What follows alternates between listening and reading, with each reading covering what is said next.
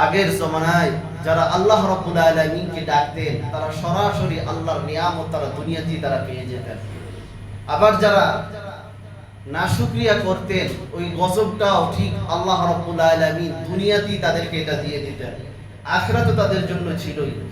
কিন্তু আমরা শেষ নবীর উম্মত হওয়ার কারণে আল্লাহর সেই গজব থেকে আমরা হেফাজত হয়ে গিয়েছি, যার জন্য আগের জমানার চাইতে আমাদের মধ্যে অপরাধের সংখ্যাটা অনেক বেড়ে গিয়েছে। কারণ আমরা তো কোনো গজবের সম্মুখীন হই না। তার মানে এমন নয় যে আমি যে অপরাধ করব, মানুষের অগোচরে যে অপরাধই আমি করি না কেন সে অপরাধ আমার মাপ, বিষয়টা এমন নয়। আল্লাহর কাছে এটার শাস্তি নির্ধারিত এটা আছে।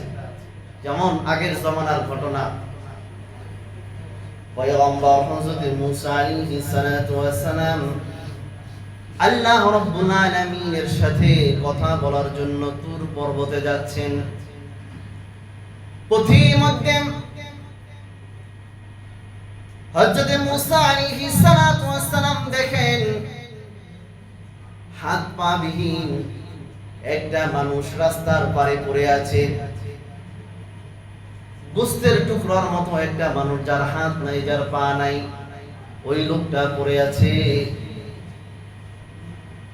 এবার ওই পঙ্গু লোকটা পয়গম্বর মুসা আলাইহিস সালাতু ওয়াস সালামকে বললেন, ওগো পয়গম্বর, আপনি তো আল্লাহ রাব্বুল আলামিনের সাথে কথা বলার জন্য যাচ্ছেন, আপনি তো মুসা কালিমুল্লাহ, আপনি আল্লাহ রাব্বুল আলামিনকে একটু জিজ্ঞাসা করবেন, আল্লাহ রাব্বুল আলামিন আমাকে কিসের জন্য বানিয়েছেন, কোন জিনিসের জন্য আল্লাহ রাব্বুল আলামিন আমাকে এমন বানাইলেন। এরপর পথিমধ্যে পয়গম্বর আরেকজন ব্যক্তির সাথে দেখা, একজন মহিলার সাথে দেখা। মহিলা বলছে, ওগো পয়গম্বর, আপনি আল্লাহ রাব্বুল আলামিনের সাথে কথা বলার জন্য যাচ্ছেন, কিন্তু আমার এতটা অভাব অনটন, এতটা দুঃখ কষ্ট, যতই চেষ্টা করি দুঃখ কষ্ট দূর হয় না, অভাব অনটন দূর হয় না। কোন কাজ করলে আমার অভাব অনটন দূর হবে, কোন কাজ করলে আমার দুঃখ কষ্ট দূর হবে, এটা একটু আল্লাহ রাব্বুল আলামিনকে জিজ্ঞাসা করবেন। আবার কিছু দূর যাওয়ার পর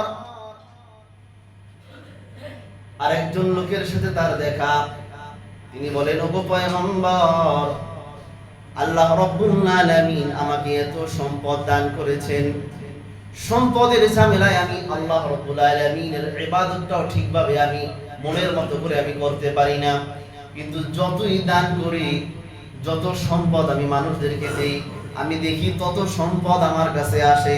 আমি সম্পদ কমাতে চাই, কিন্তু সম্পদ আমাকে ছাড়ে না। আল্লাহ রাব্বুল আলামিনকে একটু জিজ্ঞাসা করবেন, কোন কাজ করলে আমার সম্পদটা কমবে। আল্লাহু আকবার। এবার মুসা কালিমুল্লাহ তিন ব্যক্তির কথা জিজ্ঞাসা করলেন, আল্লাহ রাব্বুল আলামিন তার সমাধান বলে দিলেন। সর্বপ্রথম ওই ব্যক্তির সাথে তার দেখা, যার সম্পদ বেশি কিন্তু সে কমাতে চায়, কমাতে পারে না। যত দান করে, একদিকে দিয়ে দান করে, দুই দিক থেকে আসে, সম্পদ তাকে ছাড়ে না। আল্লাহর কাছে বলে, আল্লাহ আমার এত সম্পদের দরকার নাই, আমি এত দান করি কিন্তু সম্পদ তো আমার কমে না। একটু সম্পদ থাকে, এখান থেকে আমার এত পরিমাণে লাভ হয়, সম্পদ আমার ভরে যায়। আল্লাহ তুমি আমার থেকে আমার সম্পদ একটু কমিয়ে নাও। পয়গম্বর মুসা আলাইহিস সালাতু ওয়াস সালাম ওই ব্যক্তির সাথে যখন দেখা করলেন, ওই ব্যক্তি জিজ্ঞাসা করলো, ও পয়গম্বর, আল্লাহ রাব্বুল আলামিন কি বলেছেন, আমার সম্পদ কিভাবে কমবে?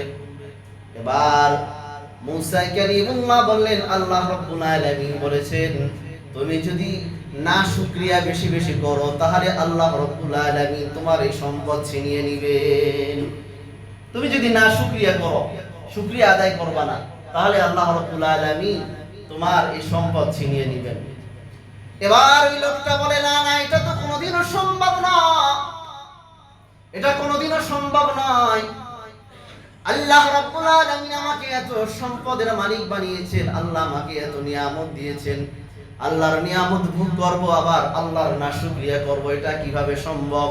এটা কোনোদিনও কোশ্চিনকালেও সম্ভব নয়। বরং লোকটা আরো শুকরিয়া আদায় করতে আরম্ভ করলো। যখন আরো শুকরিয়া আদায় করতে আরম্ভ করেছে, আল্লাহ রাব্বুল আলামিনের নিয়ামতে তার আরো বেশি ভরে গিয়েছে। সুবহানাল্লাহ। এরপর ওই মহিলার সাথে দেখা।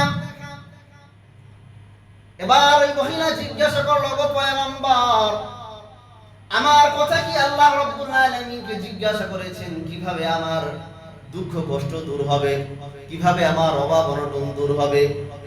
তখন পয়গম্বর মুসা কালিমুল্লাহ বললেন, ও মা শোনো, তুমি বেশি বেশি আল্লাহ রাব্বুল আলামিনের শুকরিয়া আদায় করো। যে হালতে আছো ওই হালতেই থেকে বলো আলহামদুলিল্লাহ। এই কথাটা শোনা মাত্র মহিলাটা রাগান্বিত হয়ে গেল। মহিলাটা বলে উঠল, কি বলো তুমি, কি শুকরিয়া আদায় করব? এত অভাব অনটন, এত কষ্টের ভিতরে আবার কিসের শুকরিয়া? বরং তুমি কি তোমার মাওলারে শুকরিয়া আদায় করতে বলো। নাউজুবিল্লাহ। না শুকরিয়া করা আরম্ভ করেছে। তার শেষ একটা সম্বল ছিল, তার একটা ঘর ছিল।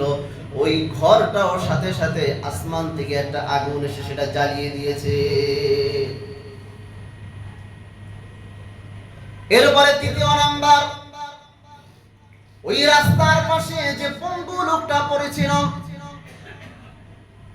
ওই পঙ্গু লোকটা জিজ্ঞাসা করলো, পয়গম্বর, আপনি কি আল্লাহ রাব্বুল আলামিনকে জিজ্ঞাসা করেছেন দুনিয়ার যত মানুষ আছে সবাইকে আল্লাহ রাব্বুল আলামিন হাত পা অঙ্গ প্রত্যঙ্গ ঠিকভাবে সবকিছু দিয়ে সৃষ্টি করেছেন, কিন্তু আমাকে আল্লাহ রাব্বুল আলামিন হাত পা কোনো কিছুই দেন নাই। পঙ্গু করে গোস্তের টুকরার মতো একটা মানুষ আল্লাহ রাব্বুল আলামিন আমাকে বানাইলেন।